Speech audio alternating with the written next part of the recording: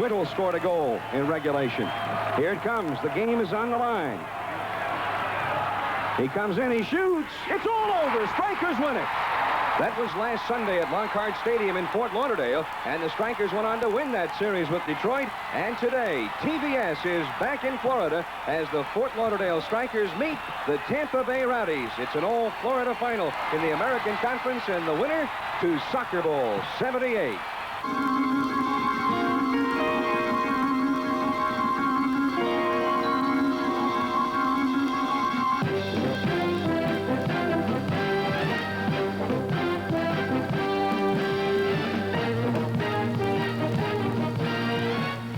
TVS presents NASL Championship Soccer.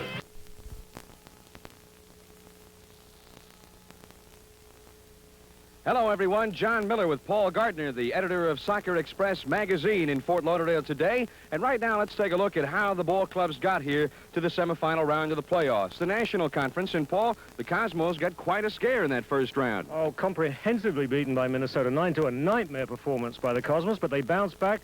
In New York, they beat Minnesota 4-0, which meant they had to go to the mini game.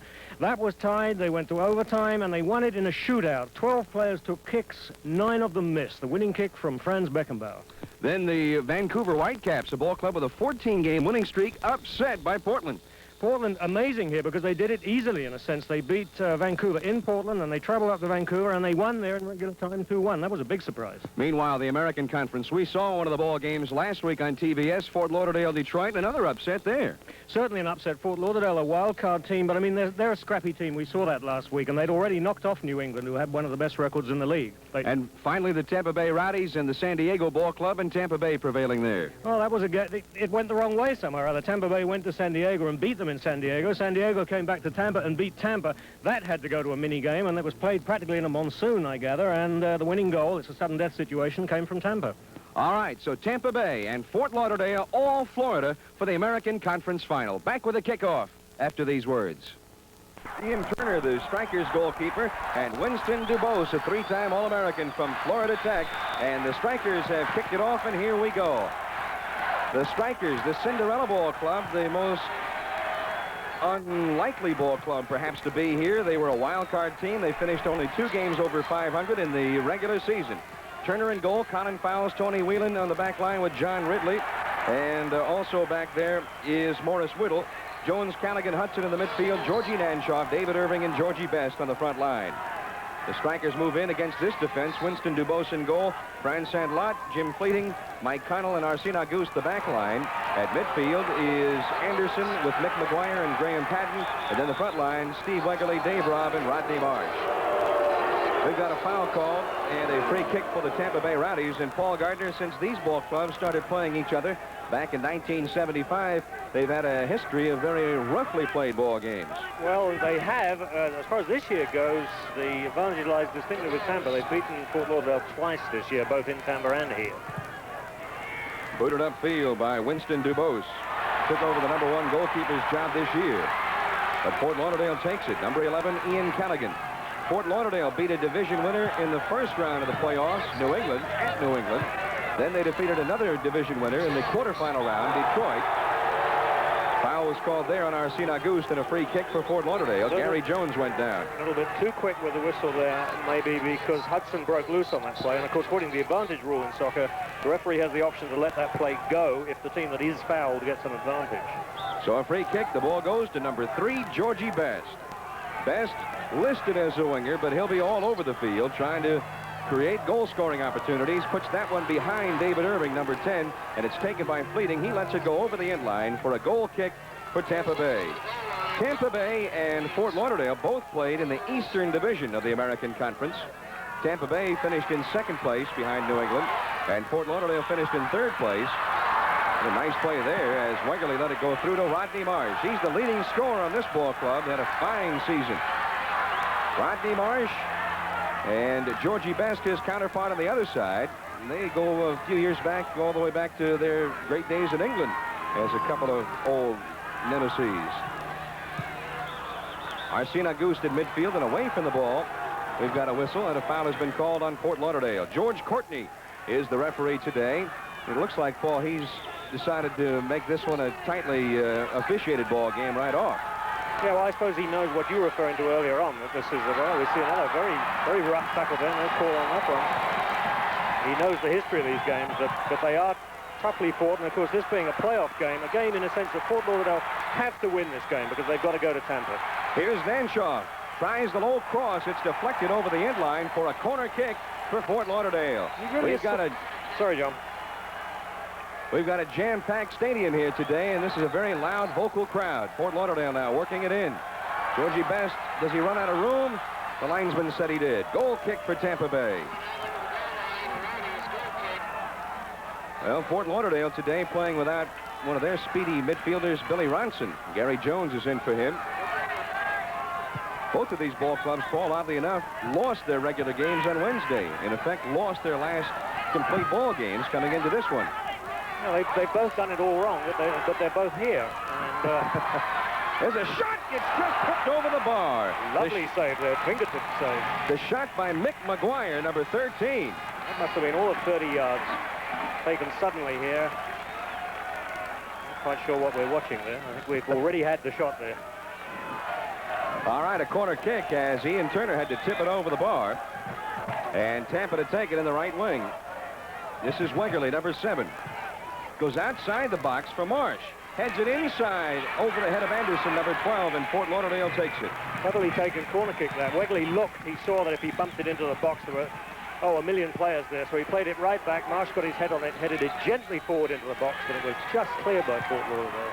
We've just begun 4 minutes into the first half. No score here from Lockhart Stadium in Fort Lauderdale. The deciding game, or the final game, and perhaps games, will be played Wednesday at Tampa Stadium at 8 o'clock. Here's a foul called on Fort Lauderdale, or corrected on Tampa, and a free kick for Fort Lauderdale. Morris Whittle over the ball. George Best comes down there with him now. Whittle chips it into the penalty area. There's Nanshaw, and a foul has been called on George Nanshaw. There's Ron Newman, the coach of the Fort Lauderdale Strikers. He'll be very active and vocal along the sidelines as he was last week here.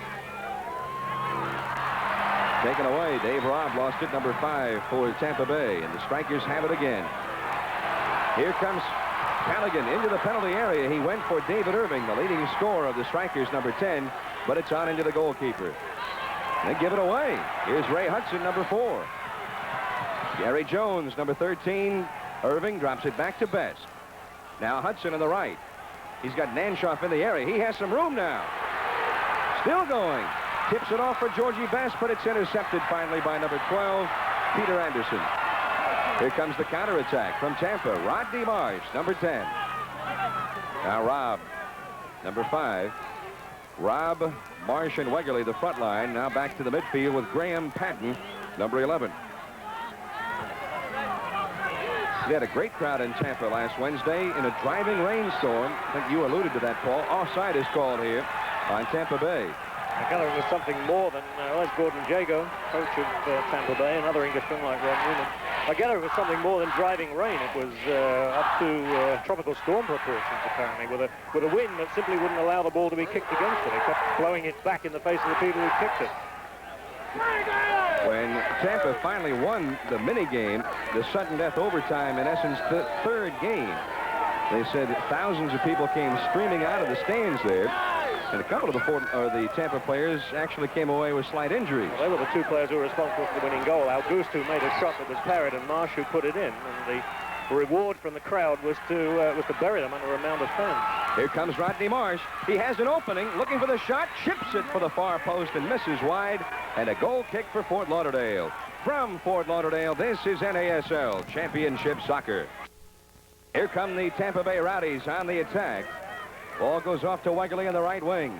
He's got Anderson moving down the middle. Goes to Anderson. He was wide open, 14 yards from the net, and then Hudson comes in just to clear it wildly out of bounds. And then he says, Paul, where was everybody? Well, he might well, because you can't get more open in the penalty box than Anderson was there. And I think even he was so surprised he didn't control the ball properly. He let it bounce away.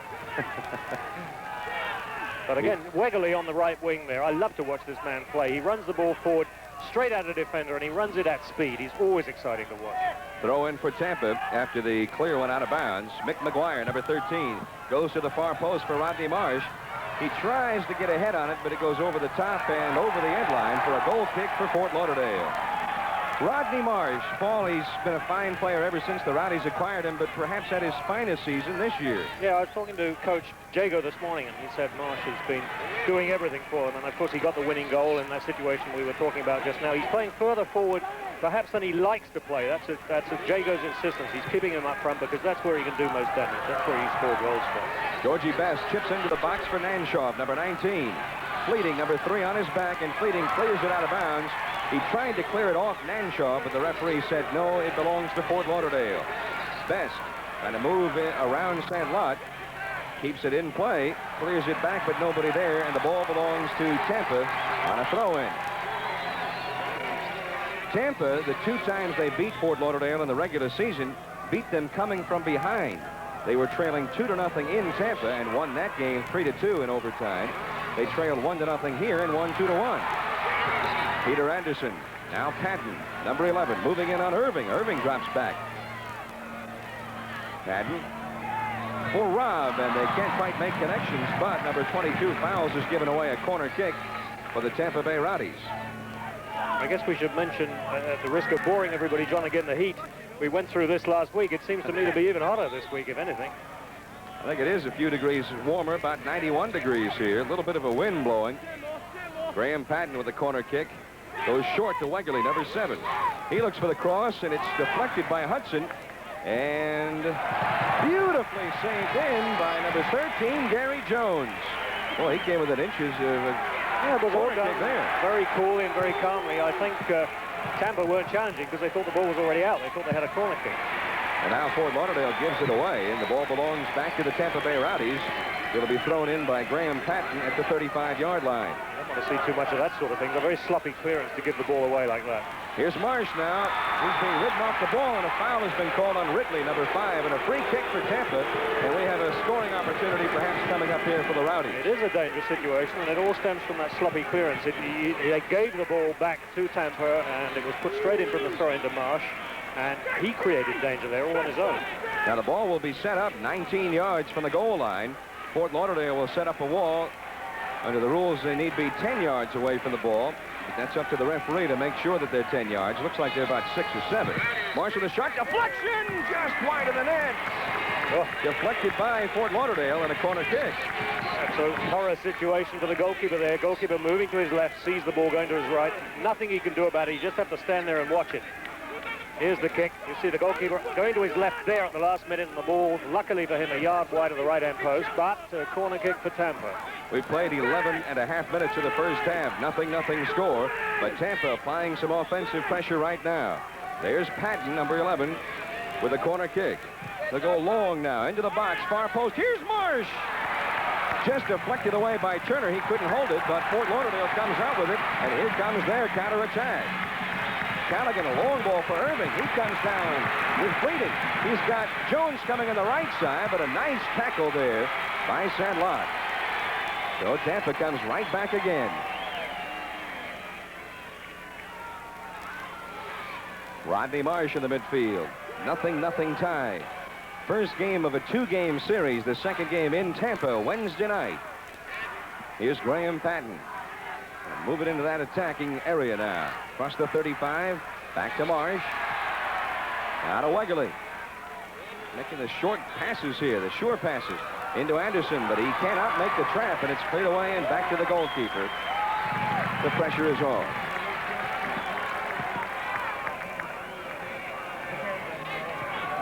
Tampa, at this point, a little early to tell perhaps, they seem to be a little more patient with the ball, while Fort Lauderdale trying to push in a little more quickly. Yeah, I think that's true, especially when Marsh has the ball.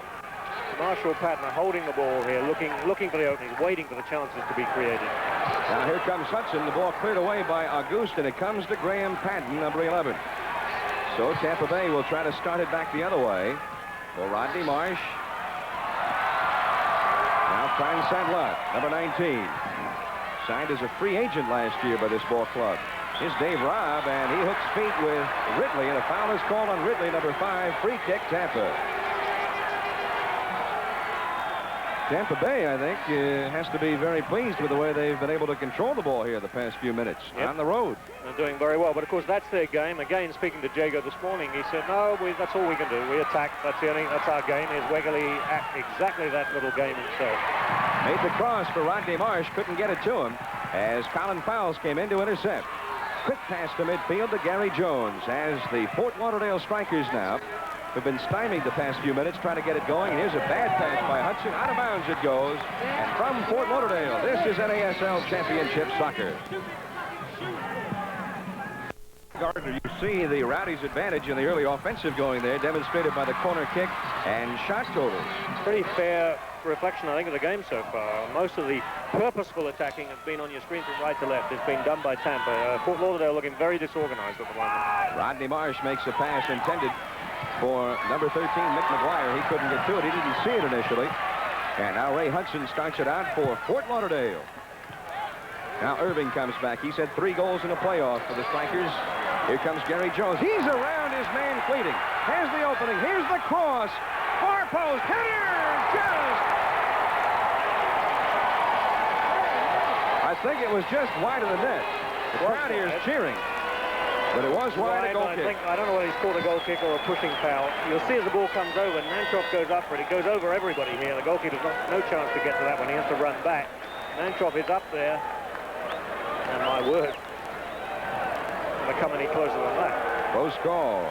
Here, Tampa drops it back to the goalkeeper, DuBose, and they almost drop it back into their own net. DuBose had to make a diving save on a pass from his own man. Now the Rowdies give it up again, so Fort Lauderdale trying to turn the tide. Pass for Irving, knocked down by Connell, number 6, and I believe they said Irving was offside. Linesman down below raised the flag, and indeed he was. George Courtney, as we said, the referee, the linesman, Bob Donahue, and David Sosha. Courtney is one of the referees, an imported referee, if you like, one who's been brought in from England just for this season. He'll go back to England as soon as the season is over. Tampa now in the white. The American Conference title at stake. Here comes Wegerle. He's breaking away. He takes the shot. He hits the side of the net. He had Robb coming right down the middle. Turner did a good job of trying to cut down the angle there. He's such an exciting player to watch. The speed there. Whack and into the side net. Poorly directed shot. From Fort Lauderdale, this is NASL Championship Soccer. Minutes left in the first half of our ball game today. Paul, briefly, the National Conference finals began Friday night in Portland and New York. Had a tough one with the Timbers, but they won it. New York had a tough one for 2 reasons. The Timbers are tough, and that was New York's 3rd game within a week. They played Monday, they played Wednesday, then they had to play that game on Friday night, and really rather surprisingly, they won it 1-0 without too much effort in that game. So they're very well placed for the next game on Wednesday in New York. You get a look at the site for the next ball game there. The National Conference finals will be this Wednesday at the Meadowlands in New York, the Cosmos in Portland, and also the same night, Fort Lauderdale at Tampa Bay with the final for the American Conference Championship. One of these ball clubs will represent the American Conference, and either the Cosmos or Portland will represent the National Conference. Hudson makes a wild pass, intercepted there easily by Wegerle, number 7. Now to Sandlot, deflected by Nanshaw, out of bounds, belongs to the white-shirted Tampa Bay Rowdies. We were talking, Paul, earlier about the rough play in the past between these clubs. The first time they ever met, the first year of the Rowdies' operation, I think they said within 5 minutes of the start of play, there was a fight in the field that involved all 22 players eventually. Well, we had not a very serious foul there, but somebody running back tripped Branson Lott, so they'll get a free kick. He'll take it himself. He was tripped from behind. Here comes Tampa. Connell with a long pass for Robb. Ridley back there to take the ball, and he'll let it go over the end line for a Fort Lauderdale goal kick. Fort Lauderdale was a Miami ball club for a couple of years before they moved up the road here to Fort Lauderdale. And they have had great success here in turning people on to soccer since they moved into Fort Lauderdale. A very lively crowd here. And this must be one of the most lively crowds. Now, what on earth is... Rodney Marsh must have kicked that ball 100 feet in the air there, I think. The thing was, he put a terrific amount of effort into it. It went way up in the air, and it landed about 1 row deep in the stand. Well, Rodney's an entertainer, besides being an outstanding goal scorer. Now here comes Danshoff. Tries to dump it in for Hudson, but Hudson was offside. Free kick for Tampa Bay after the offside call. Rodney Marsh. Marsh stands 6'1". He's 33 years of age, the captain of this club, and he scored 18 goals and assisted on 16 others. So while he was scoring a lot, he also was setting up a lot of goals for other players. Tampa's always been, as you said, Paul, a high-scoring ball club, an attacking ball club, and they lost one of their leading scorers this year. They traded him away, Derek Smethurst, but it hasn't slowed them down. No, it hasn't, but they have had injury problems this season. They've had Farouk Qureshi out with a broken leg before the season started, Chandler with a broken leg, Mirandinha, who's on the bench with a broken cheekbone, and somebody else whose name escapes me, also out with an injury this season. They haven't been lucky. Ball intercepted there, but Tampa has lost it, and Tony Whelan out to Colin Fowles. Tony Whelan, number 6, has played every minute of every game for the Fort Lauderdale Strikers the last 2 years. Ian Callaghan, number 11. Fort Lauderdale, nothing. Tampa, nothing. 23.5 minutes to go, first half.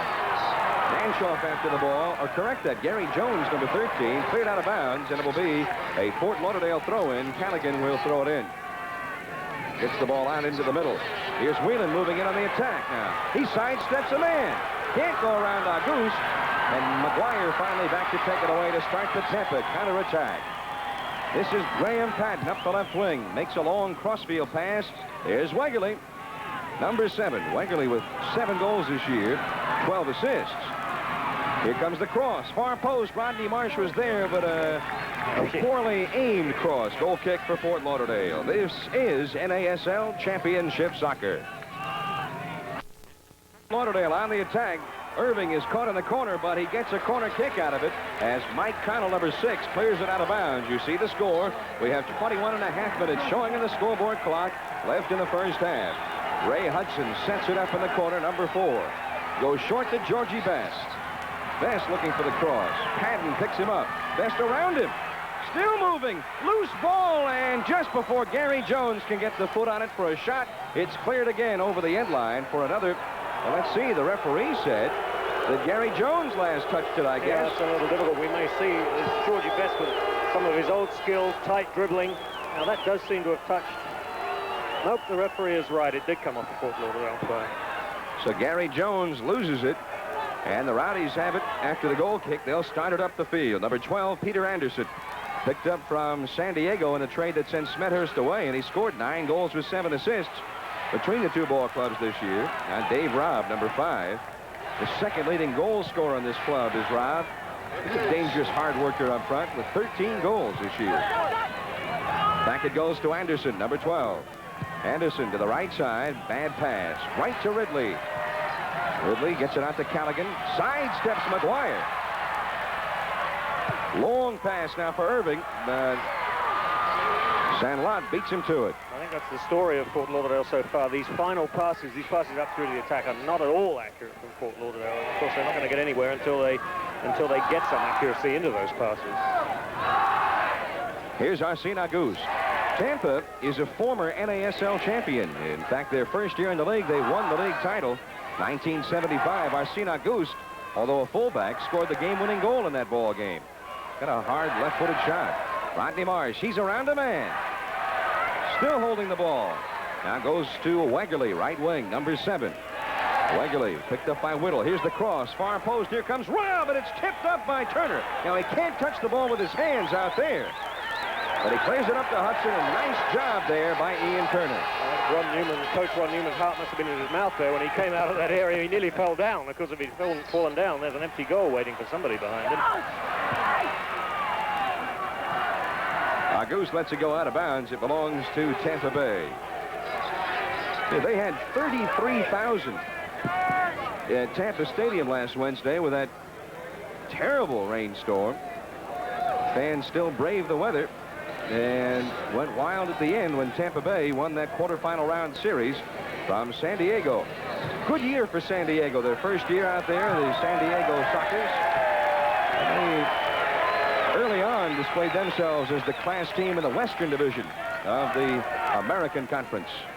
They had 32,000, they tell me, at the Pontiac Silverdome Wednesday when Fort Lauderdale and Detroit wrapped up that series. First-year ball club in Detroit, they too a fine record. In fact, they had the best record of any team in the American Conference. Fort Lauderdale, the team that wasn't supposed to be here, trying to win a ride to Soccer Bowl 78. Nanshaw for the ball. Now Gary Jones, number 13. He goes around fleeting. Here's the cross. He had a man in the box. Nanshaw on mark, but couldn't get it to him. Lovely move by Jones on a beautiful cross. Really, you know, just about a couple of feet too far forward. Otherwise, you're going to have somebody open in the box there. They go for Irving, just over his head. Loose ball, and Connell, with his goalkeeper, Dubose, managed to corral it. Little signs of uncertainty on the part of Dubose coming out for that. So now Tampa tries to get it out as Fort Lauderdale starting to find some holes in that back line of the Rowdies. 18 minutes left in the first half. Mick McGuire, a lot of room to run. Goes for Marsh. Number 10. Goes around Hudson. Chips it into the box. Leaves it in the box for Robb. His shot deflected. And it will go wide of the net, although Ian Turner tries to save it. I don't think he couldn't do it. Nope. Corner kick for Tampa. Again, but it can't be too encouraging from the Fort Lauderdale point of view that these shots, they're allowing Tampa to take these shots. They're getting deflected, but they're getting the shots off. Wegerle with a corner kick, a low line drive kick, knocked down by Ian Callaghan to Colin Fowles, number 22. So Fort Lauderdale stops their drive. A nice move there by Georgie Nanshaw. He's got room to run. He's got Irving in front of him in the middle. Here comes Nanshaw. He's around his man. Drops it off to Gary Jones, number 13. Jones now moving in. Chips it, far post, nobody there. And Winston Dubose comes out to take it. Well, of course, that wasn't the most intelligent chip that Jones could have done there because he chipped it to where Nanshaw should have been. But Nanshaw was the man who'd given him the ball by cutting into the center. Nobody else coming through on the left wing at all. 16:45 left in the first half. Nothing tie. Although both ball clubs have had their opportunities. There's a chip for Dave Robb. Comes back to the 35-yard line. The offside line to get it. Ridley's right with him. Ridley takes it away from him. Now to Hudson. Fort Lauderdale will try to get the attack going again. Gary Jones starting with the injury to Billy Ronson. Now Ray Hudson, number 4. Hudson to Callaghan. Callaghan away from McGuire. Callaghan looking for room now. George Best. Got Nanshaw in front with Irving. Best slowly bringing it in. Now takes the shot, and it's over the bar. We got a goal kick for Tampa. And from Fort Lauderdale, this is NASL Championship Soccer. In Fort Lauderdale, the Strikers with the striped V-like jerseys and the Tampa Bay Rowdies in the white. Robb goes around Ridley. Robb has some room now. Back to Marsh. Now Patton is open. He's got Marsh and Robb coming down the middle. Shot, loose ball, goal! Dave Robb, I believe, and Marsh made sure. Well, a little assist from the goalkeeper there. He really badly misplayed that one, Turner, I'm afraid. We'll take another look at the shot here from Robb. All alone on the left there, and the shot. Now look at this goalkeeper. He does not hold the ball, and of course it bounces loose, and another shot there from Patton. Robb right there. I really think Fort Lauderdale are going to be very upset about that one. Well, it's 1-0 Tampa, and from Fort Lauderdale, this is NASL Championship Soccer. He apparently was injured briefly, and he's still not up. But Robb got the goal with an assist from Patton, and as you say, Paul, Ian Turner perhaps assisting a little bit as well, not being able to hold on to that ball. But here comes Fort Lauderdale. Hudson into the penalty area, cleared away by Connell. Taken away from Marsh. And then Whittle loses it right back. Or Georgie Best, correct that, loses it right back. But it's 1-0 Tampa, 13:50 to go. Remember, Fort Lauderdale was trailing 2-0 at the halftime of our telecast last week, and they won that game. Here comes Wegerle into the corner. Now he's around Whittle. Wegerle's up. Here's the cross. Here comes Robb, and it's just deflected away by Ridley. Again, more danger from Wegerle on the right. He's just too fast for everybody out there, and he's getting his crosses across, and he's getting them to Tampa players. And Ridley just there in the nick of time. Now Georgie Best, they go back the other way. Best cannot sidestep the long feet of Jim Fleeting. He does have long legs, Fleeting. We noticed it before in this game. Right here, long feet. Rodney, long feet, long legs. Rodney Marsh there, frozen into position after a foul on him, just to let the referee know what it was all about. We've got about 1,500 Tampa fans here in the ball game, sitting over near the bench area. They've made the cross, the drive across Alligator Alley here in Florida to the East Coast, or South Florida as they term it here. Nick McGuire gives the ball right back to Fort Lauderdale on that free kick. He had Robb behind Ray Hudson, but put it right on Hudson. Gary Jones, Fort Lauderdale would like to get that equalizer before the half. They have 12.5 minutes remaining. Well, we saw them at their best last week when they had to come from behind, so maybe this will spur them to tighten their game up a bit. They've been very lackadaisical so far. This is Nanshaw looking for somebody to give it to. Goes to Best. Best still has it. And Nanshaw right next to each other. Now Nanshaw picks it up, and Best was fouled by Sandlot. Free kick for Fort Lauderdale. And the referee stops time as you see Morris Whittle there over the ball. And the referee's going to move the wall back of Tampa players. Let's take a look at that foul. Best, little tangle between Best and Nanshaw. Best trying to push it back to Nanoff as his feet swept out from under him by Sandlot. And the referee, George Courtney, still exhorting the Tampa players to move their wall back 10 yards. This is Whittle. He's got that great boot.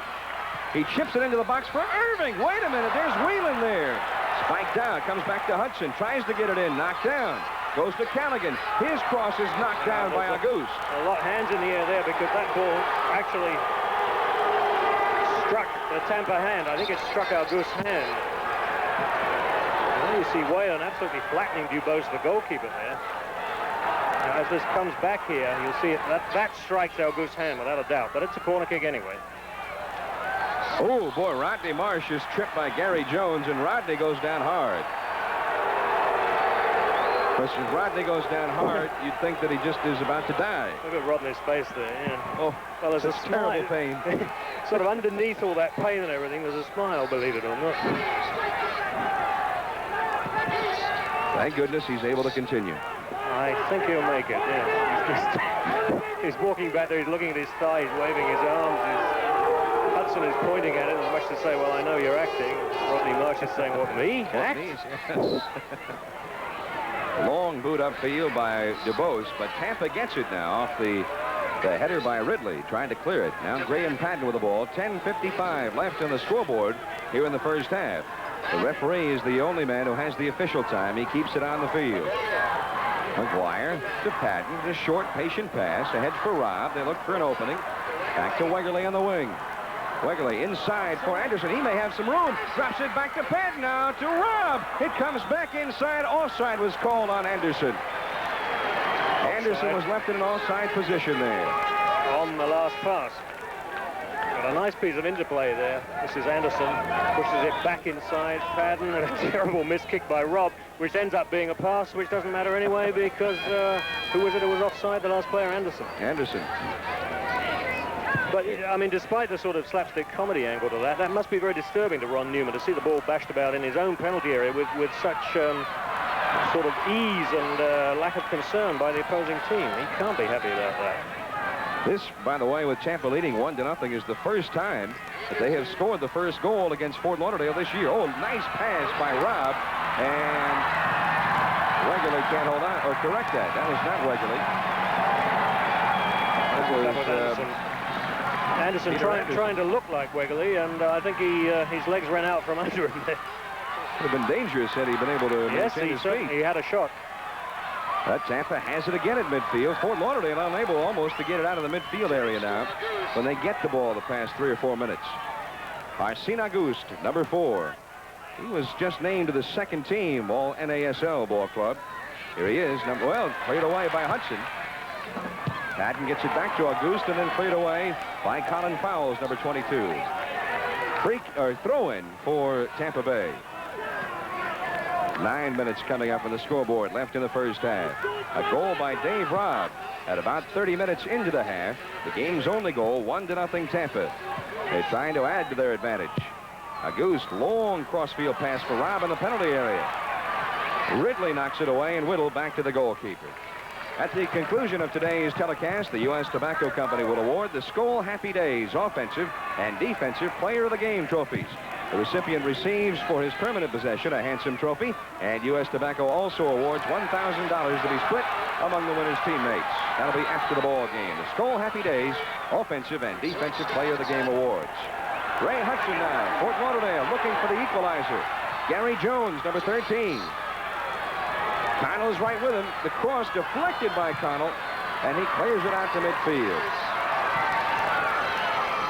Ridley comes back to get it, and Fort Lauderdale will start it in again. Here's Callaghan, number 11. Callaghan into the box for Irving over his head, but it comes to Jones now. Jones with a cross. Far post, and it's just tipped over the bar by Dubose. It will be a corner kick for Fort Lauderdale. Very dangerous cross from Jones. Very dangerous cross indeed. I think Dubose thought that was going to swing back. He started to go out, and of course the ball came in behind him. There's Jones's cross already in the air. Now the goalkeeper is going to have to go back for this. Where is the goalkeeper? Well, I guess we never got to it. Here's Ray Hudson now with a corner kick. High one out in front, and Dubose is able to come out about 8 yards from the goal mouth to grab it. That's what you like to see a goalkeeper do. Completely in command there. No doubt he was ever going to get that ball. Now Dubose will roll the ball out to Fran Sadlon on the right wing. And back to Dubose. They kill a little time there. Of course, Tampa can do that now. I mean, they are 1 goal up in a game which, theoretically, you might expect Tampa to win. If they win this game, they're sitting pretty for the second game in Tampa. They must have thought that when they won at San Diego last Sunday. I suppose so. I guess Monday it was. And then they lost at home to San Diego and won the ball game in the 30-minute mini game, the sudden death, which would become the series decider if each club wins a game. Tampa in no hurry right now. Peter Anderson near midfield. George Best digs it loose. And Anderson comes back to clear it out of bounds. Throw in Fort Lauderdale from Fort Lauderdale. This is NASL Championship Soccer. You get a look at some folks trying to keep themselves in a bit of shade here in the hot Florida sunshine. It'll be a free kick for Tampa now near the 35-yard line. Rodney Marsh over the ball. A lateral pass for Arsene Auguste. Auguste will take the shot from 35 and misses the net. Goal kick, Fort Lauderdale. Paul, the Strkers down by a goal. What do they got to do here? I think they've got to do what they did last week. We've got to see much more aggression from them. They're allowing Tampa, of course, who want to do this, to stroke the ball about in midfield. They're not going for them at all. They've got to sustain pressure, and they've got to pick this. Well, we're not seeing what I wanted to see. You see, here is Maguire. Nobody anywhere near him. Ball goes over to Anderson, lying deep. Nobody anywhere near him. Marsh coming back to pick it up. Nobody anywhere near him. They're allowing them to stroke this ball about. It's wasting time. And, of course, Tampa are conserving energy on this. Here's Robb. Down the middle to Mick Maguire. Chip ahead intended for Wegerle. Knocked down. And Fort Lauderdale has it. Ian Callaghan. 4:50 to go first half. Gary Jones moving in to the 35-yard line. He's around Maguire. Picked up by Fleeting. Goes to Hudson. Auguste picks him up. Here comes the cross right across the face of the net. Cleared out by Tampa. Mike Connell was the man who cleared it out. Fort Lauderdale again. Look out. Here's Nanshaw. Has the opening. He lines a shot. Hits the goal post. Oh, my goodness. Can't come any closer than that. And in fact, Nanshaw was probably fouled on that play before he took the shot. Here comes Tampa's counterattack. Wegerle coming down. He's got Robb ahead of him on the left wing. Patton and Marsh trailing, and he drops the ball to Rodney Marsh. Well, just a few inches away from a goal there by Georgie Nanshaw, number 19. Stolen by Fowles, and here comes Fort Lauderdale again. Colin Fowles, number 22. Ahead for Ray Hudson. He started that sequence a moment ago with a cross. Yeah, he did. Fowles. He went past his fullback so easily. Went past Auguste so easily. Here's Dave Irving. Holds the ball. Finally, Fleeting knocks it loose. This shot will not count. The referee had blown his whistle and called a foul against Fort Lauderdale, so no goal. Well, I don't know whether we're going to I see that foul again. It's a little difficult to credit that, though. Look at Ron Newman down there. Yeah, well, I think he might be a little annoyed about that one. When that whistle blew, I thought the call was going the other way because Seating was the man on the ground holding the ball between his legs. Irving was simply trying to pry the ball loose. So he must have called Irving for kicking the man or something. I don't... It'll remain a mystery, Joe. One of life's many. We've got 3 minutes coming up, remaining in the first half. Marsh lets it go through to Dave Robb. Ridley with him. Ridley is following Robb all over the field here today, and it's also letting him know he's around too, isn't he, with a tackle like that. That'll be a free kick, I imagine. Foul called on Ridley. So right along the sideline, you've seen them pick up the ball in the corner, but they'll bring it back for the free kick.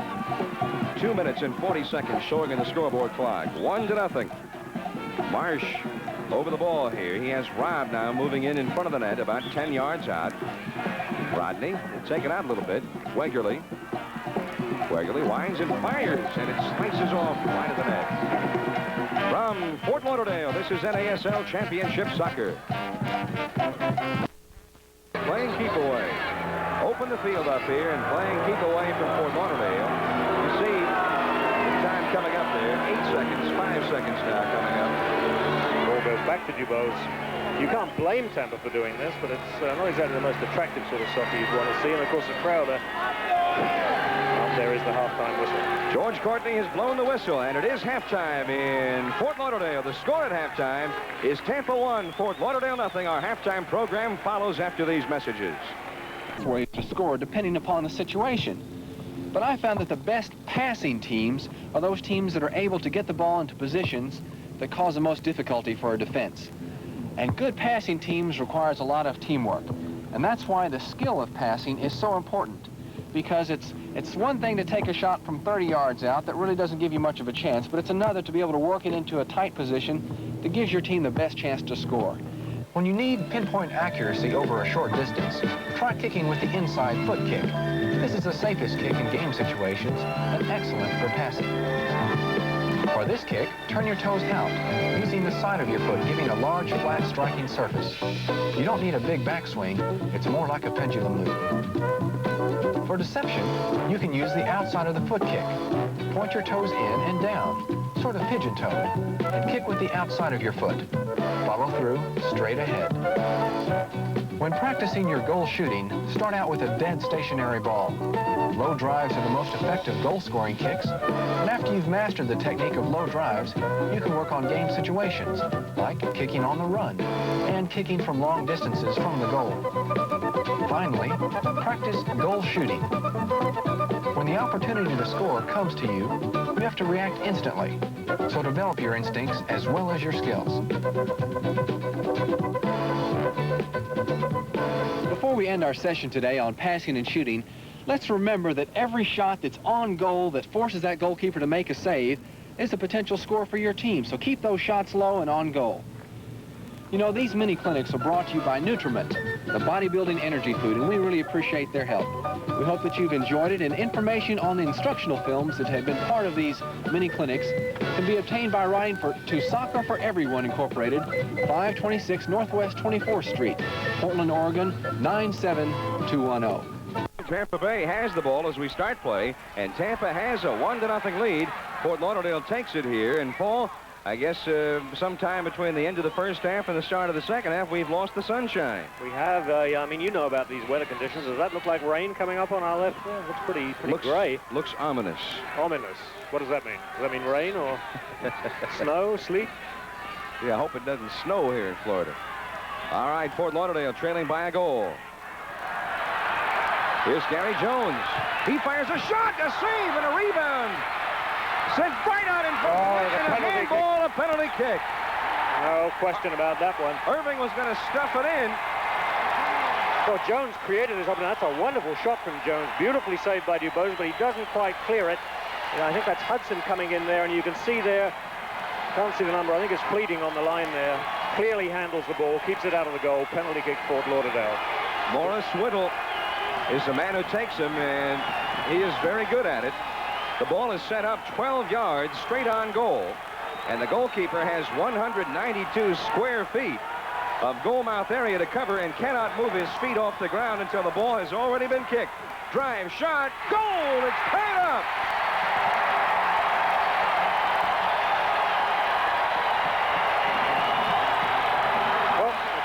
Wonderful way to start the second half of Fort Lauderdale. Here's Morris with his left foot shot. The goalkeeper does move before the kick, but he moves the wrong way, so obviously the referee's going to let that goal stand. So it's all tied up from Fort Lauderdale, and this is NASL Championship Soccer.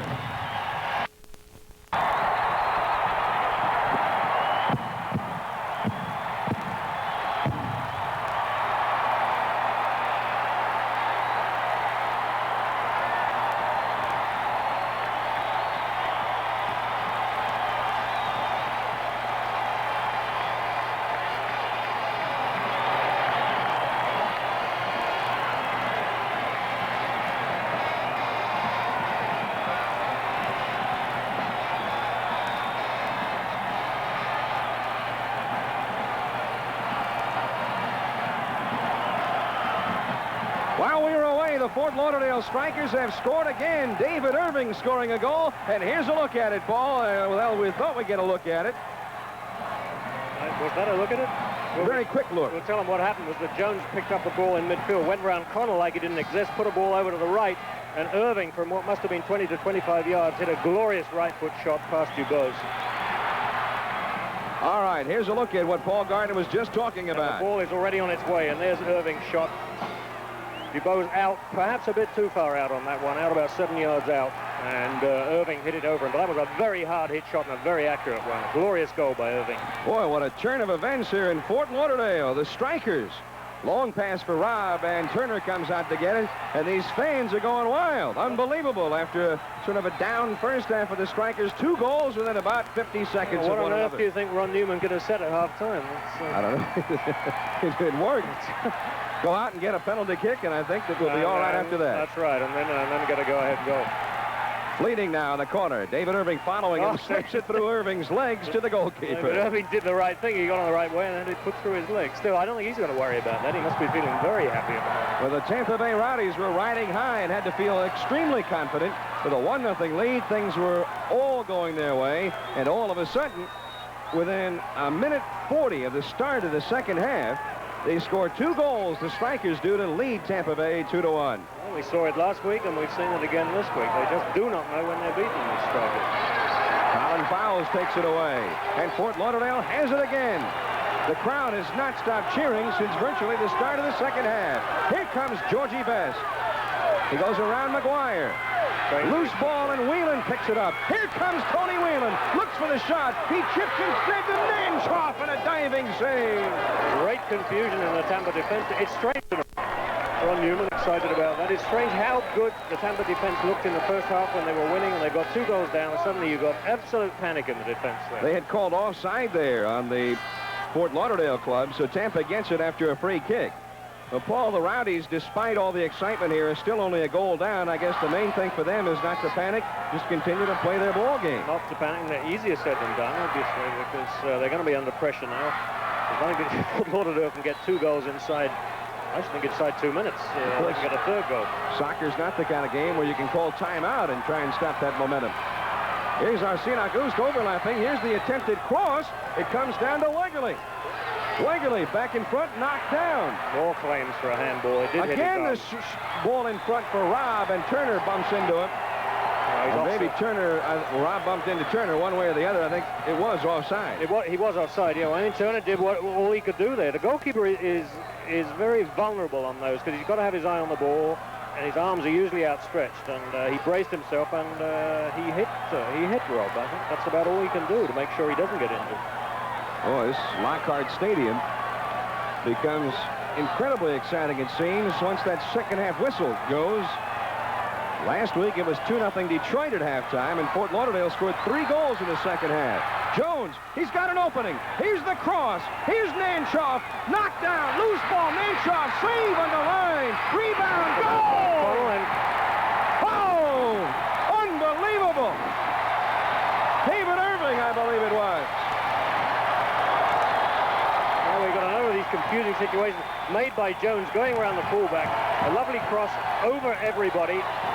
Fielded by Dubose, dropped, and there's a shot that's kicked off the line there by Connell, but it's Georgie Best who puts it in past Fleeting. Goal for Georgie Best. And about 15 assists on that. Dropped by Dubose, hooked in there, and you can see that it comes out again to Georgie Best, who puts it in past Fleeting. It's 3-1 Fort Lauderdale, and this is NASL Championship Soccer. Paul Gardner within 5 minutes. The Fort Lauderdale Strikers have scored 3 times, and they lead it 3-1. Tampa trying to get the offense back in gear. They still have a lot of time. Here comes Patton. Here's the cross, and it's cleared out by Ridley of Fort Lauderdale. Callaghan chases it down. Well, I thought, Paul, we saw clearly it was Georgie Best who scored.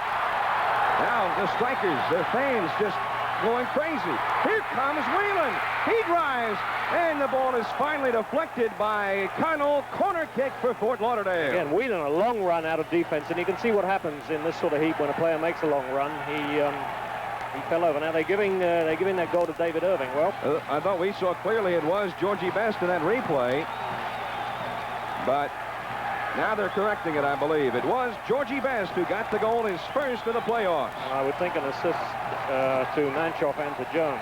But again, we have to get the official word on that. Here's Nanchoff, hits the goal post, the crossbar, and it will be a goal kick for Tampa.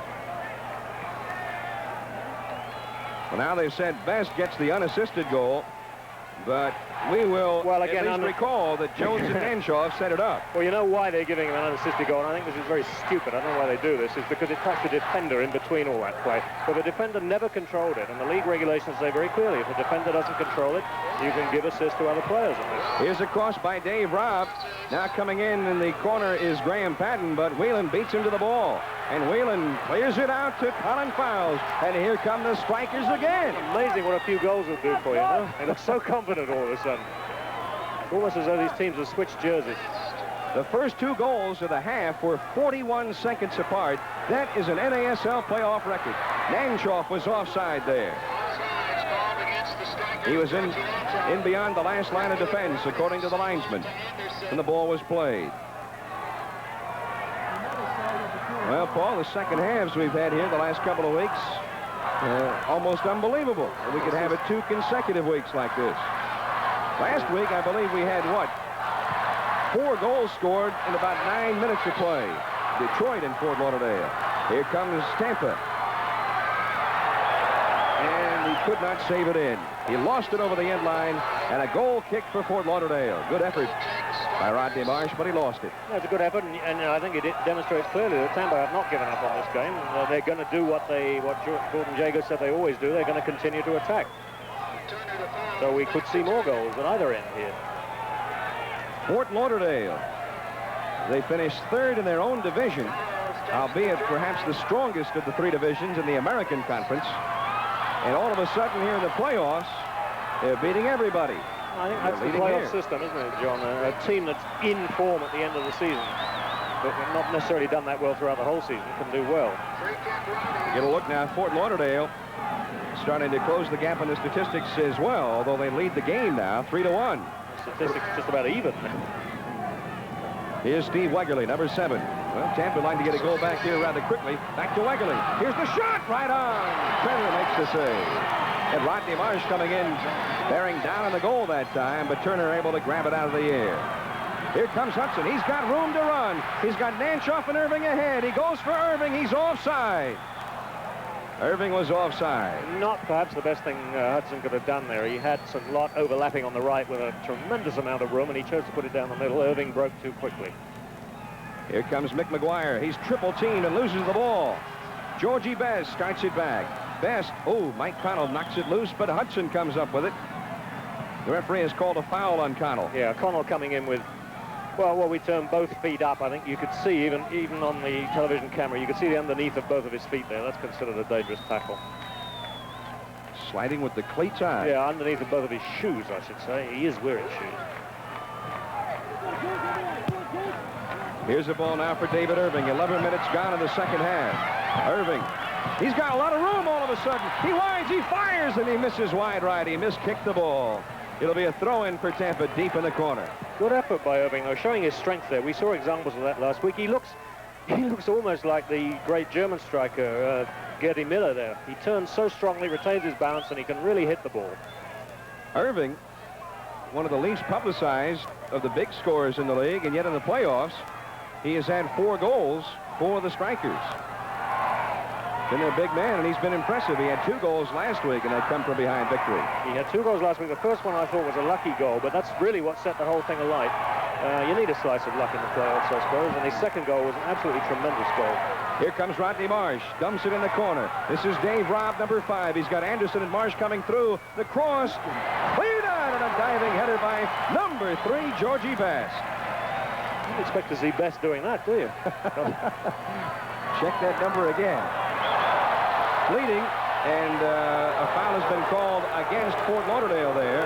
Against number 19, Nanshaw. Obstruction. As clear a case of obstruction as you could want to see. He made no attempt to play the ball. All he was doing, he was standing there, stopping Fleeting getting to it. The ball wasn't even within playing distance. Coming up on 32.5 minutes left in the match, and Tampa now needs 2 goals to tie. Here's Robb, number 5. He scored the Rowdies' only goal. McGuire in traffic, still has it. Still has it. Now Robb. Patton, number 11. Marsh sitting out top of the penalty area. Back to Sandlot. Sandlot to the right wing to Wegerle. They cautiously start the build-up. Wegerle back heels to Sandlot. He's wide open. Here comes the cross. Far post. And it's cleared out by Colin Fowles. Patton keeps it in the attacking area. Around a man. Robb. Here's his cross from Marsh. Spiked out. Anderson shot. Oh! The ball hits his own man over the bar. Oh, boy. That was a goal, Paul. It certainly was a terrible hard luck for Tampa there. There's the cross coming across, and you see the goalkeeper knocks it down. There's the shot, and who does it hit but Rodney Marsh, who's lying on the ground. He puts it right over the bar. Goal kick, and from Fort Lauderdale, this is NASL Championship Soccer. Well, the Tampa Bay Rowdies, after some terrible bad luck, as Peter Anderson had a goal, it was saved, in essence, by his own man, Rodney Marsh. And now Fort Lauderdale with the ball. George Nanshaw, number 19. Back to George Best. Best one-times it off to Callaghan, number 11.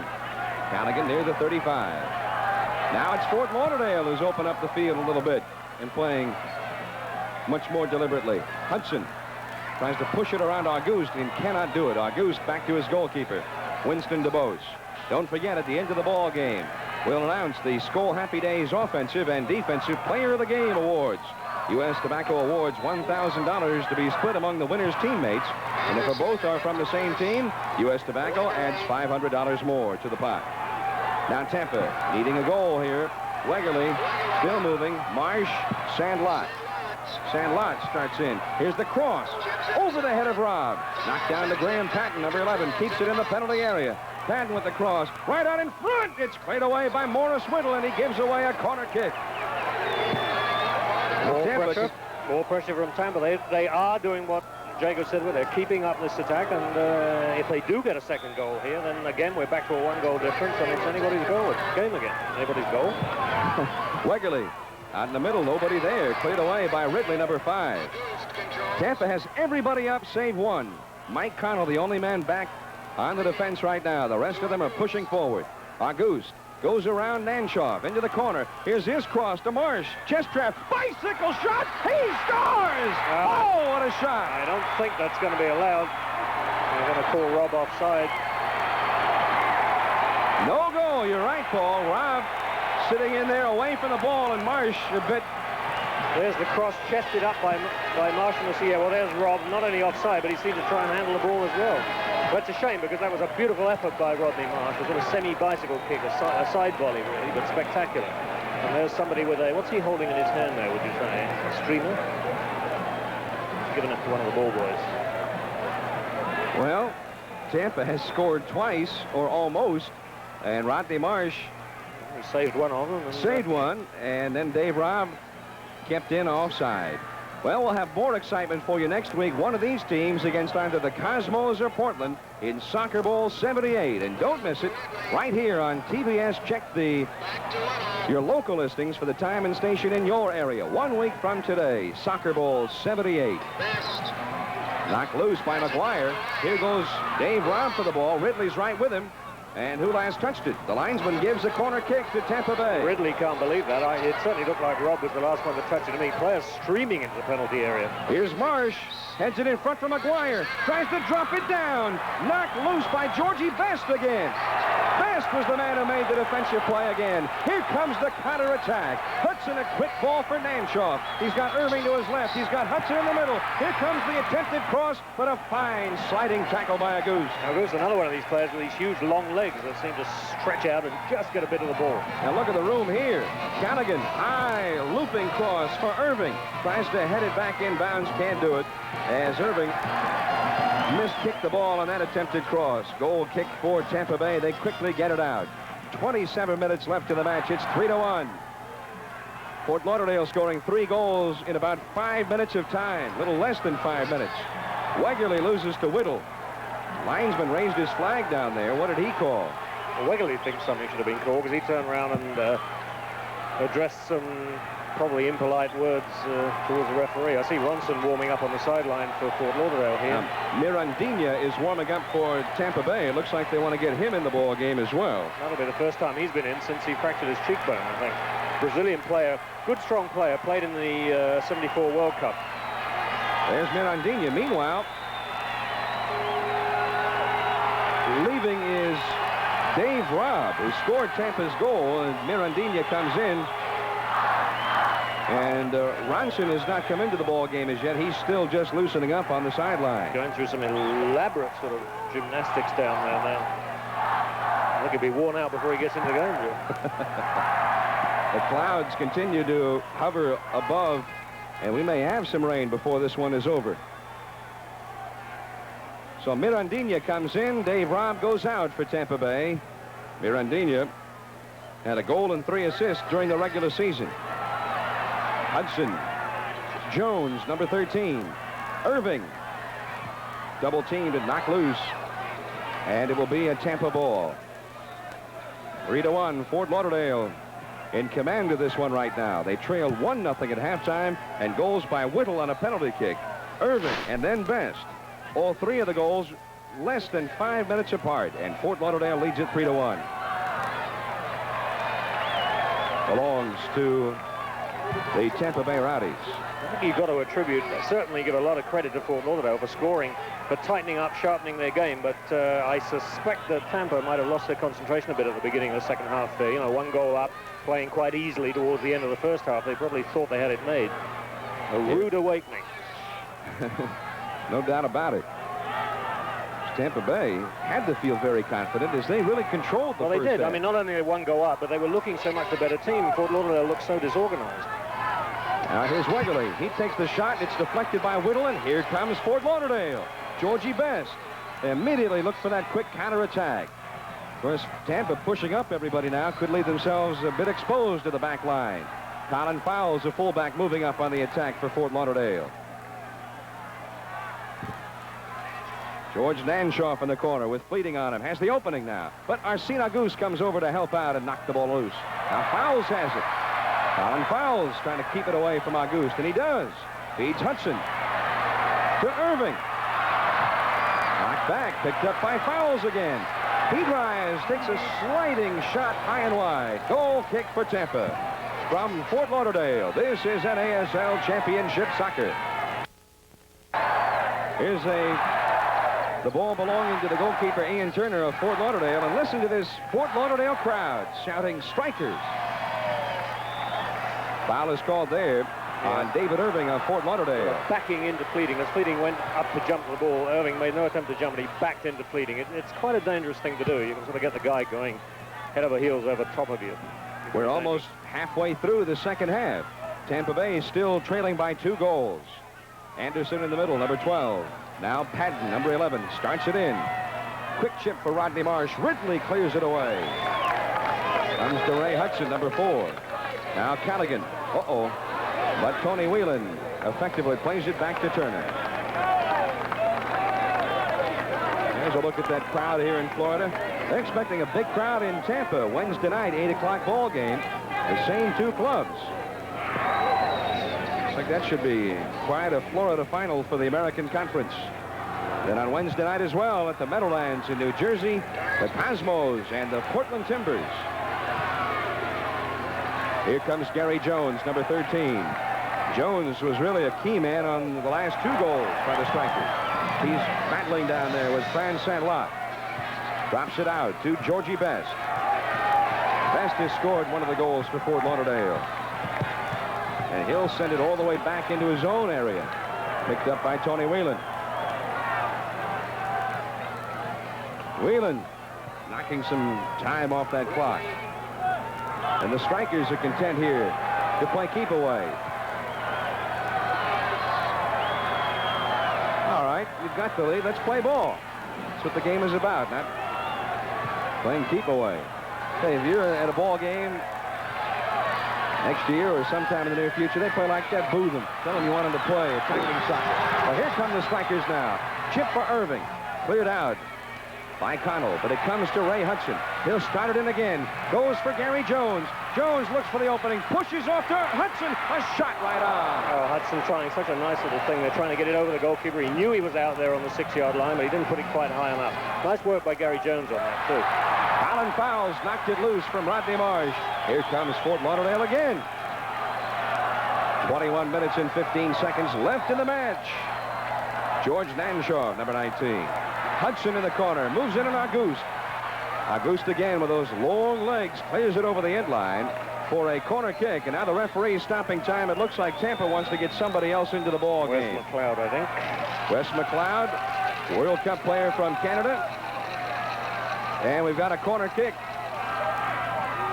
from Fort Lauderdale. This is NASL Championship Soccer. Got a corner kick for Fort Lauderdale here. Wes McLeod has come on, number 8, 20 years old from Canada. Also, Joey Fink is on, an American player, used to play with the Cosmos for a time. Steve Wegerle has gone out, and I think Fran Santlot went out as Gordon Jago gets a few attacking players in there. We're still looking for Rodney Marsh. Where is he? Rodney's sitting on the sidelines across the way. Sitting on the bench. Was he out of the game? We'll have to wait and see. It's hard to imagine that they take Rodney Marsh out here, but he is still sitting on the bench across the way. Here comes Fort Lauderdale. The ball just cleared over the line by Mike Connell, and another corner kick for the Strikers. Well, he is out of the game. Now, Santlot is still in, so it's not Santlot who went out. It was Rodney Marsh who went out, replaced by Joey Fink. Steve Wegerle replaced by Wes McLeod. There's the crowd today. And that is the largest crowd in the history of this ballpark. So they're really jammed in here. Fort Lauderdale with a 2-goal lead. McGuire takes it away, but a foul was called on Fort Lauderdale. Free kick for Tampa. Well, Rodney Marsh and Wegerle and Robb. It's the original starting front line. The forward line is all out. I guess you have to interpret that as the Tampa have given up on this game. Giving them the rest of the day off and saving themselves for Wednesday. Yep, because Wednesday, of course, they'll have to win twice in that little mini game. You should explain that. You can explain it again, John. You can't explain it too often. Well, you do it so much better than I do. I trip over myself when I have to explain complicated things. Well, if Fort Lauderdale wins this game, now Billy Ronson is going to come in for Fort Lauderdale. Hudson goes out. Listen to the hand for Hudson as he leaves. Ron Newman perhaps doing the same thing here. Well, Ron Newman, of course, is in position to do it. He's 3-1 up. Well, if indeed that is what Gordon Jago is doing, I would say it's rather disappointing at this stage. I can't interpret it in any other way, John. 19.5 minutes remaining. Well, if he comes back and wins the regular ball game on Wednesday, and then he wins the 30-minute, in essence, third game, it's a sudden-death 30-minute period, though. Now, I guess you could say it would pay off for him. It would. But that's very hypothetical. There's Whittle making out he's going to sit on the ball. Well, that's what the Cosmos had to do. They lost to Minnesota last Monday. Lost, did you say? It's something more than a loss. I think it was almost an obliteration. Score, I think. Minnesota's Alan Willie had 5 goals in that game. But then the Cosmos came back and won the game on Wednesday, 4-0. And so they went to their 30-minute mini game. Nobody scored in that, and finally the Cosmos won it on a shootout. So that mini game becomes a third game in a best-of-3 series if the series is still tied 1-1. Yeah, on the mini game, incidentally, it's a 30-minute game, but it is sudden death. So, I mean, it could only last 10 seconds if a goal is scored in that. It seems very unfair to me, though. Well, Tampa was tied 1-1 with San Diego after San Diego beat them on Wednesday, but in the mini game, about 4 minutes, I think, into the mini monsoon game, I think it was. Tampa won that ball game quickly into that overtime, or the third game. So, as you said, Paul, Tampa, if they lose this game, would have to win the regular game, and then they would have to win that mini game on Wednesday to advance to Soccer Bowl 78. Quick look at the statistical rundown. Very close, but Fort Lauderdale with the lead. Here's Peter Anderson now. Tries to get it inside to Fink. Still inside goes Fink, but finally Turner takes it. Yeah, Turner looking a little bit distressed with his defenders there. They were quite lax, and Fink nipping in could have had a goal there. And if he had, we're back to 3-2. Well, I recall that ball game played here last year. The Cosmos were in Fort Lauderdale. Now here comes Nanshoff, and the goalkeeper comes out of the penalty area. DeBose to clear it. Comes to Ronson.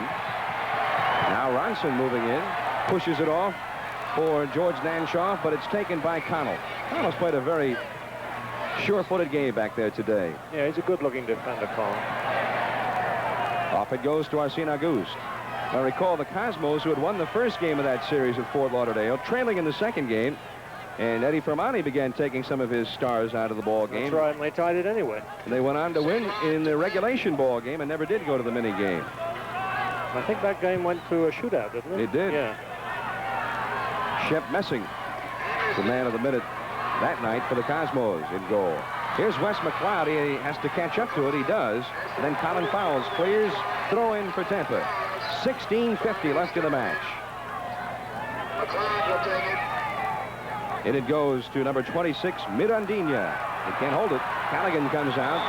Foul is called on Connell. A free kick for Tampa. Or for Fort Lauderdale, rather. Foul going against Tampa.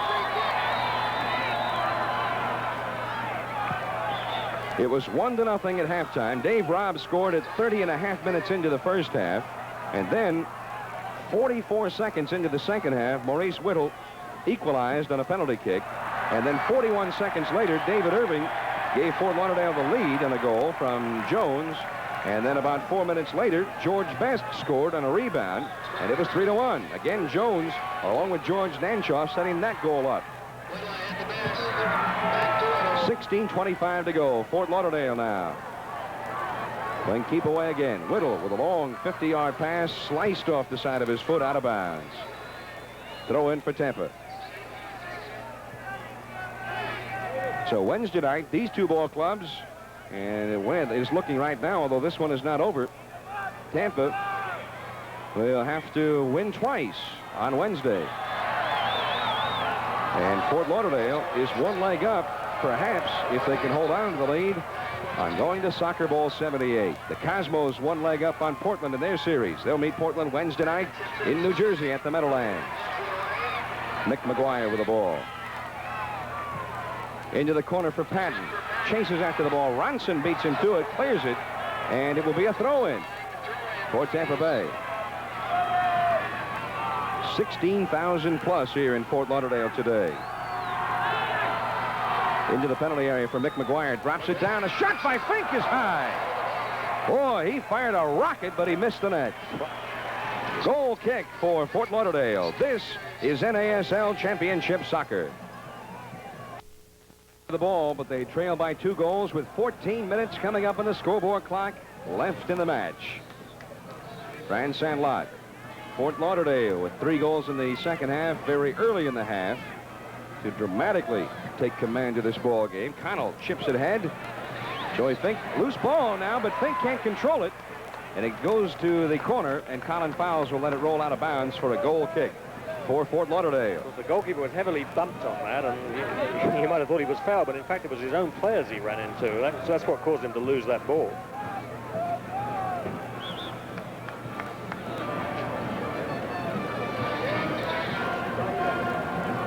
Ian Turner out to midfield. Irving cleared away by Auguste. Back to Fleeting. And Connell back to the goalkeeper, and they'll start the attack from there with Winston DuBose. Now Fleeting. Fleeting, a defender, but he made his debut this year after an injury to somebody in the front line as a striker, and he scored a goal late in the ball game for Tampa Bay. But he's on the back line today.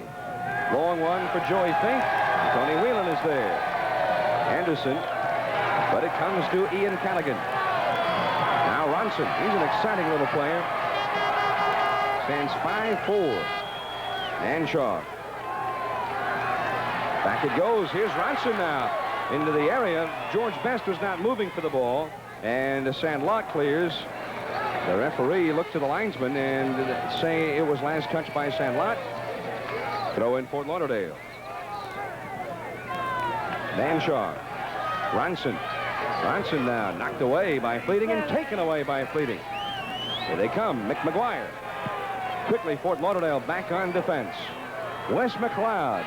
He's an exciting young player from Canada. McLeod around. Colin Fowles reverses. Looks for somebody. The cross, far post. Here's Fleeting. Knocks it down, but nobody there but Fort Lauderdale's Ian Callaghan.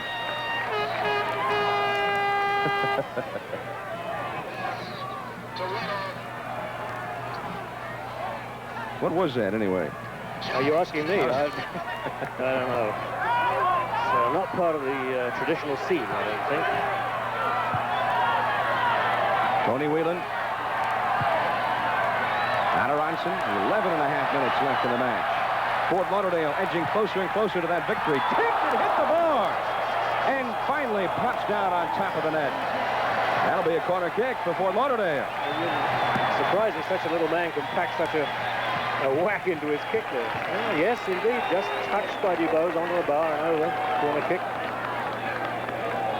Soccer ball 78. We had a great one last year from Portland, and this year we're expecting perhaps as many as 77,000 folks at the Meadowlands for Soccer Ball 78. Now we see Curtis Leeper loosening up on the sideline for Fort Lauderdale, and he may come in here shortly. Here's the corner kick for Fort Lauderdale. Best in the corner. He goes long, and it's tipped over the bar by Dubose and gives away another corner kick. Just swung that one in toward the top of the goal. Yeah, we've had a lot of these dangerous crosses. Here he comes, and he's dipping and curving in. Dubose, he has to play that ball, otherwise it's going to go in, so they get another corner kick. 10.5 minutes left in the match. In the left wing, George Best again comes over. Fort Lauderdale in no hurry right now. Here comes Curtis Leeper into the ball game, replacing George Nanshaw. And listen to the hand for Nanshaw. Let's see what position Leeper will play. Do you remember we telecast earlier in the year his first starting game for Fort Lauderdale? He started, I think, as a midfielder. In Washington, that's right. Yeah. He was a midfielder that day. This Nanshaw has been playing the forward line. Here goes the ball over the head of Irving. Nobody there, and they'll let it roll for a goal kick for Tampa. 10:25 left in the match. Tampa very much so looking like a beaten team now. And even I thought, Paul, up to the time he replaced his entire front line, Gordon Jago's ball club appeared to have a shot at coming back. Well, they did. They'd created. I mean, we had those two opportunities involving Marsh. One where he did, in fact, score, but Rob was offside, and one where he made a marvelous save of one of his own players' shots. But they were coming very close to scoring.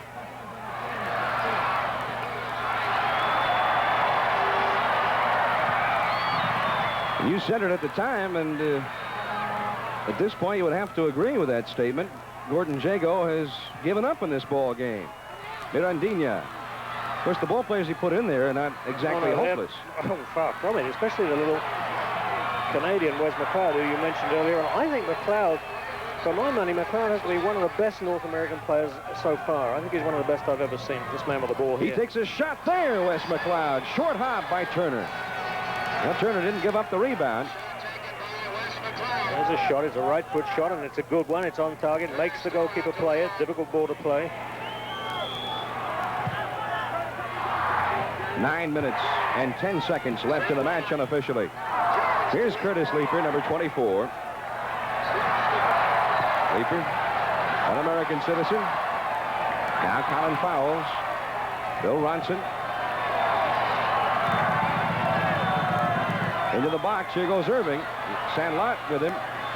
And Sandlot clears it out of bounds. A throw-in for Fort Lauderdale in the corner.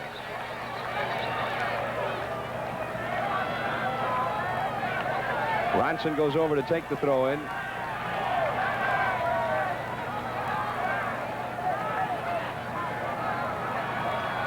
Now Colin fouls to George Best. Trying to get it into the box, and Anderson intercepts and takes it away.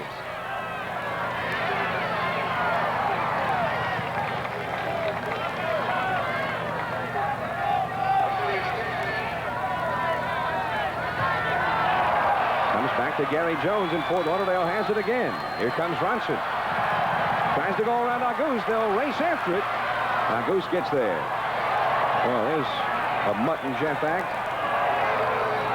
Arsene Auguste 6'2", and Ronson 5'4". They're speeding back there at 1 minute. Almost looked as though Ronson was going to run right through Auguste's legs there underneath them. Here's Mirandinha. Off it goes to Connell.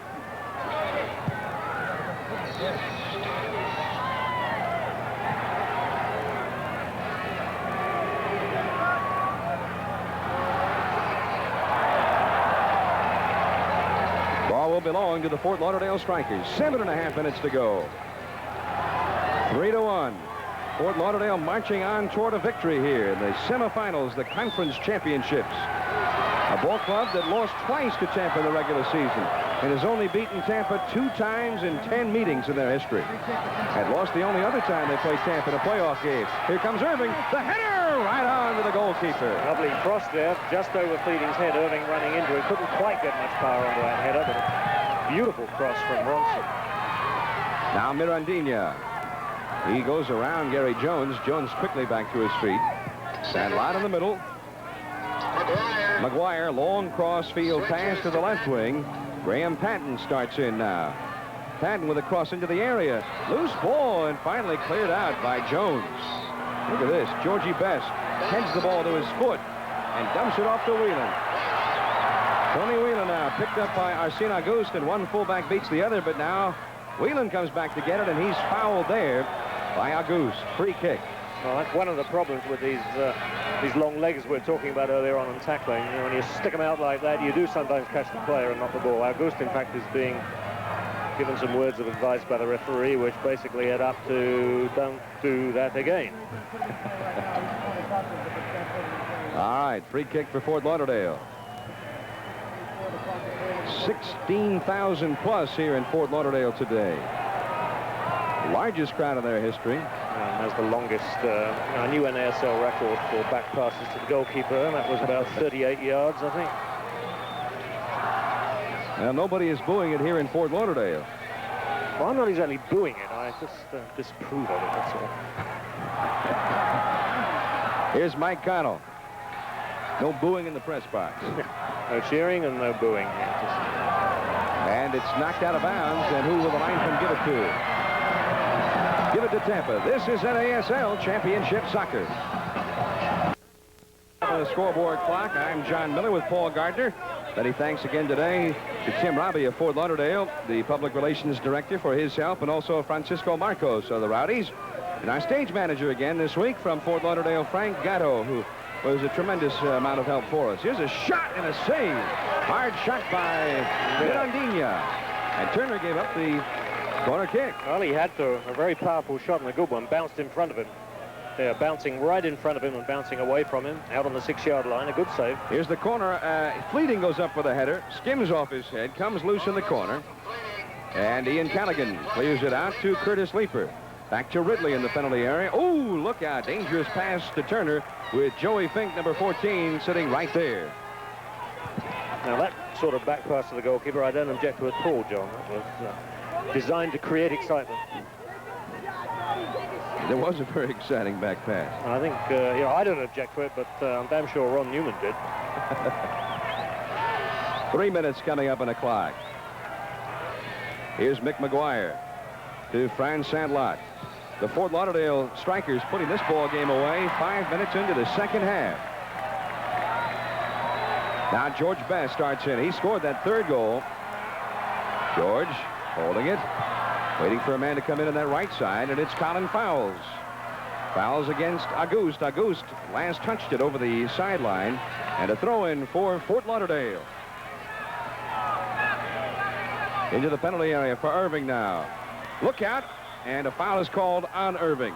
Fouled Mike Connell. That's the sort of foul that Irving is likely to get a lot called against him, but he's going to get a lot of success with that move too, using his strength to shield the ball, keep a player behind him from getting to it. That time he backed into him and fouled it. Now the ball belongs to Fort Lauderdale. Ronson is hurting. I'm sorry, that's Hudson on the sideline. Ronson in the ball game, but Hudson now we see got a big ice pack on his left knee, and he's limping around. He came out in favor of Ronson here in the second half. Ronson was due to start here. In fact, Gary Jones, who played such a large role in those 2 goals at the start of the half, was starting only because Ronson was not feeling fit. 1:40 left in the match, and Fort Lauderdale about to wrap it up. This is Tony Whelan right onto the legs of Arsene Auguste. Now Graham Patton. Now our Skoll Happy Days player of the games, and they line up this way. Morris Whittle was named the defensive player of the game of the Fort Lauderdale Strikers, and the offensive player of the game has been selected as Gary Jones of the Strikers. Each of those players will receive a $1,000 Skoll Happy Days award, which they will share with their teammates, and there will also be an additional $500 added to the kitty. Here comes Whittle. Cross in front. Loose ball just wide of the goal. Irving almost got one there. Yeah, he did, almost got one, but terribly, look at him grinning at that terrible sort of scramble. Whittle breaking through, pushing the ball across. Here comes Whittle, and in fact the ball sort of bounces off him. That would have been a very lucky goal if he got it. I think he'd have taken it, but...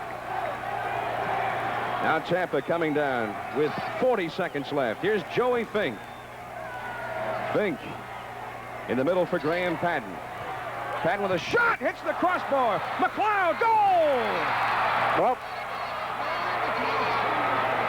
Wes McLeod has scored on the rebound to make it 3-2. far too late. Too little and too late. But I think it shows what could have been done. And I'm just a little surprised that Tampa really took those players out that early.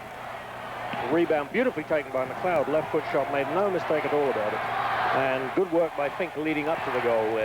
Poor goalkeeper, we're seeing him from all angles being beaten on that. I don't even think we'll have anything else happen. Here's the countdown. And the referee has blown the whistle. It's all over, and Fort Lauderdale has won it by a score of 3-2. We'll see you 1 week from today from New Jersey, the Meadowlands, with Soccer Bowl 78. John Miller for Paul Gardner. The final score, once again, Fort Lauderdale 3 and Tampa 2.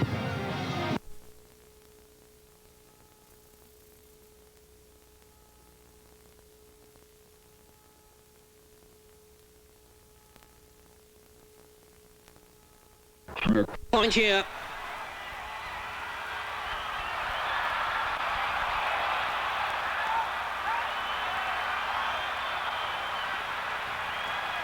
Olisha, but stopped by Gerber.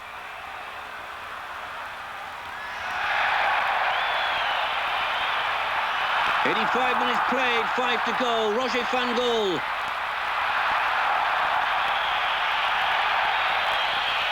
Foul by Holzer.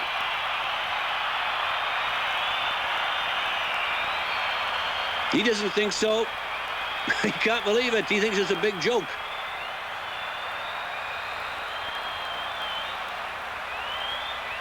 But it's a free kick for Cologne. It's no joke.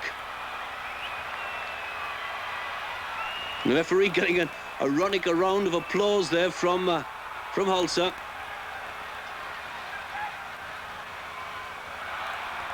There's a good tackle by Schaefer. Not a good pass, though. Floor.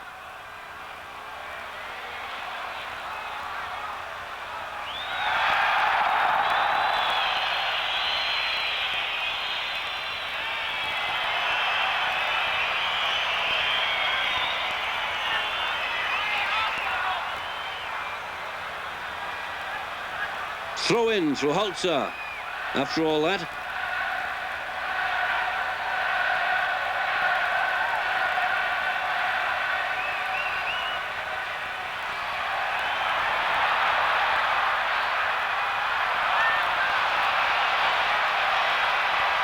Flower trying to steady the game down. Herbert Neumann.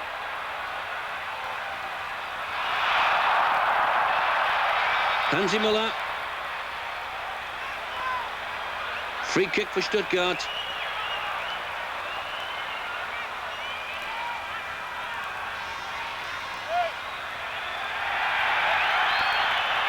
Throw in again. Holzer. Is it going to be a long one? Yes, it is. Dieter Hoeneß getting up there.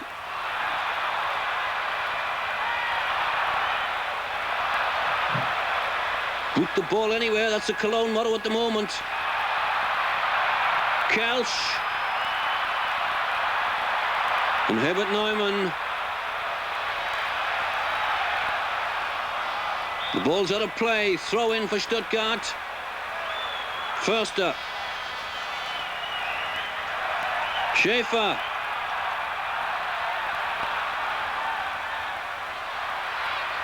And Schumacher.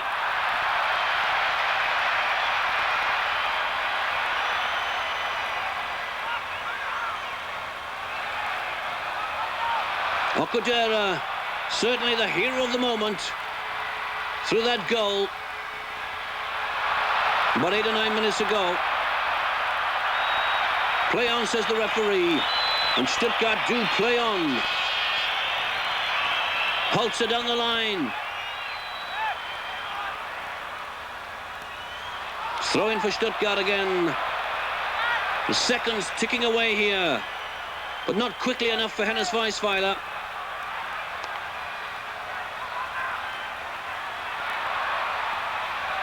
Zimmermann. Knopka outside him. There he is, Harold Knopka. Okudera in the middle, calling for the ball. But anyway, the linesman had his flag up for offside. And Rohleder. I'll make it less than a minute to go. Plus possibly any injury time.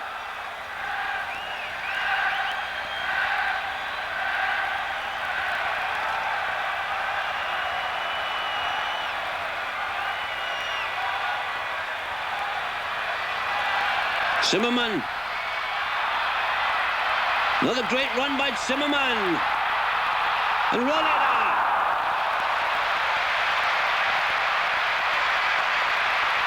Great effort by Zimmermann and a great save by Rohleder. There's the shot and there's the save. Naturally a corner for Cologne, and they're in no hurry to take it.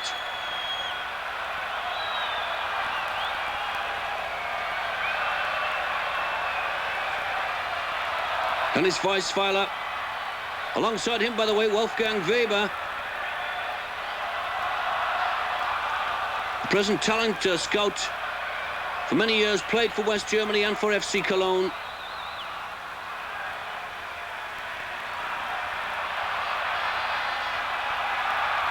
Herbert Neumann. And we're now into injury time. And Herbert Neumann racing back into defense because Stuttgart in these dying seconds are coming again.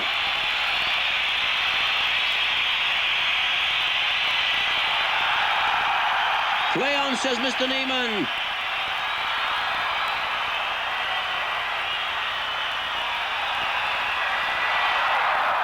And a corner. Oh, and Schumacher's very annoyed with Gertstrack. But the ball was going straight to Schumacher. But that's it. There's the whistle. The Cologne players are delighted. They've won by 2-1. But as Mönchengladbach have also won in Hamburg, the situation at the top of the table in the West German National League remains the same, and we'll have to wait till the final day of the season.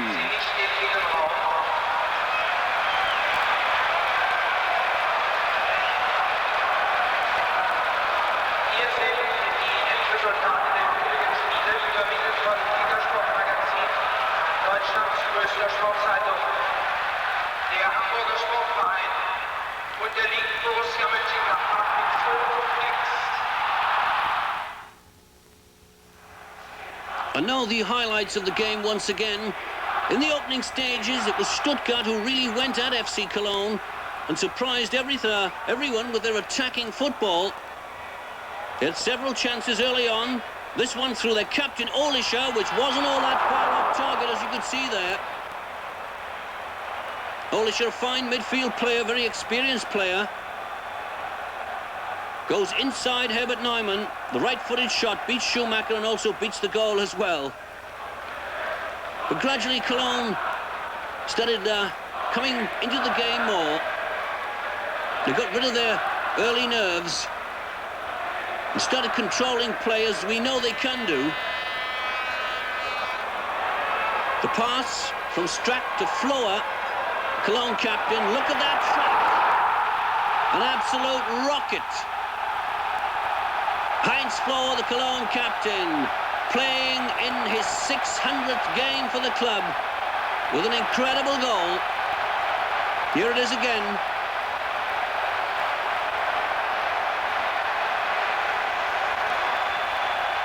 Unstoppable into the top corner of the net, making it 1-0 for Cologne, which was also the half-time score. Naturally, Hannes Weisweiler very pleased indeed with that. But in the second half, especially at the start of the second half, look at that shot from Dieteler against the bar. Stuttgart really went at Cologne. And it was this stage of the game they deserved to get the equaliser. That shot from Dieteler. Schumacher would never have got to that one, the Cologne keeper. But again, as in the first half, after the initial opening phase, Cologne started coming back. There's Van Gaal and Rohleder. But Stuttgart, who now had brought on 2 substitutes, kept going at Cologne as well. They certainly weren't prepared to settle for a narrow defeat. Olisha. Hansi Müller had a quiet match by his standards. Schaefer, the right back, very clever player. The flicked header. There's the substitute, Hitzfeld, and it's 1-1. Hansi Müller delighted, and Hannes Weisweiler, of course, not so delighted. Is that scene again? The flicked header down to Hitzfeld. And Schumacher, not even the Cologne keeper, can stop that one. So 1-1. And Cologne going desperately hard for the winner. Strack right across the face of the goal. And Holzer. But Stuttgart just couldn't get the ball away. And Cologne kept up their pressure. Konopka into the middle. Forster with a poor header. There's Okudera, and that's the winner. The Japanese international left winger getting his second goal of the season for FC Cologne. Here it is again. What an important one, because that gives Cologne a 2-1 victory and still chance of winning the championship.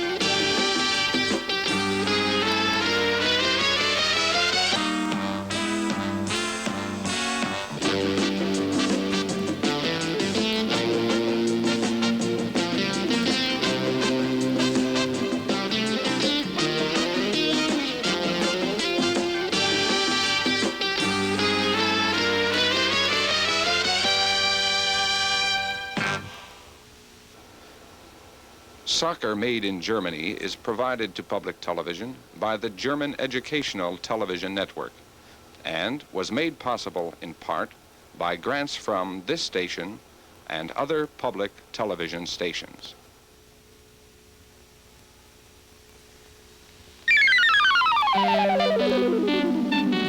Mr. Boffin is growing more and more miserable, and something has come over the beautiful Bella. Well, trouble is definitely brewing in episode 4 of Our Mutual Friend on Masterpiece Theater tonight at 8.